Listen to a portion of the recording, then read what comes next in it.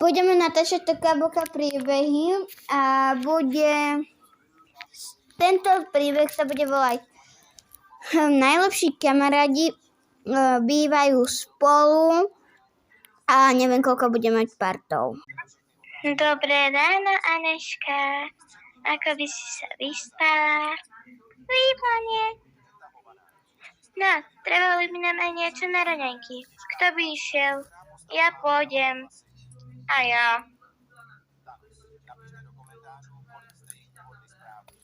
Raňajky. No, hraj. No, už sme priniesli raňajky aj pre maličku Anešku. Nech sa páči. Nech sa asi najprv ona napapá. Ale počkaj, dáme už setkať. No.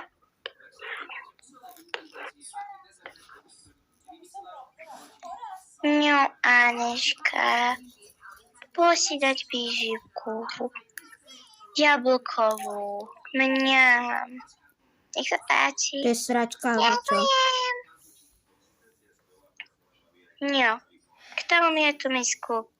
Ja ju zahodím vonku v kontajneri. Hej, daj mi tú misku. Ja dám. Nech sa páči. Nech sa páči. No. A teraz si dáme my raňajky.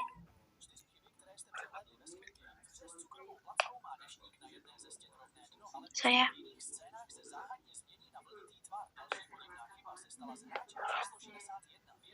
No. Ňo. Na zemi tak chyba. Haha. No. A to kde ste kúpili takéto toastíky? No, to sme boli v tom takom toastovači, neviem. Toast. Viem. Nevadí, že to som bez papal. No. Mňam výborný je. Ďakujem.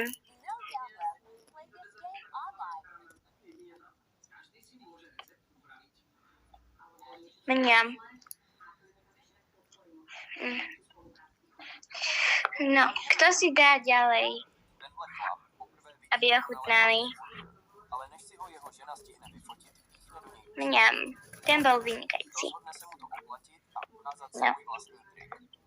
A kto pôjde zbehne po obed, keď bude? Neviem. No mohli by ste zbehnúť vy. Kto postraží Anešku? My?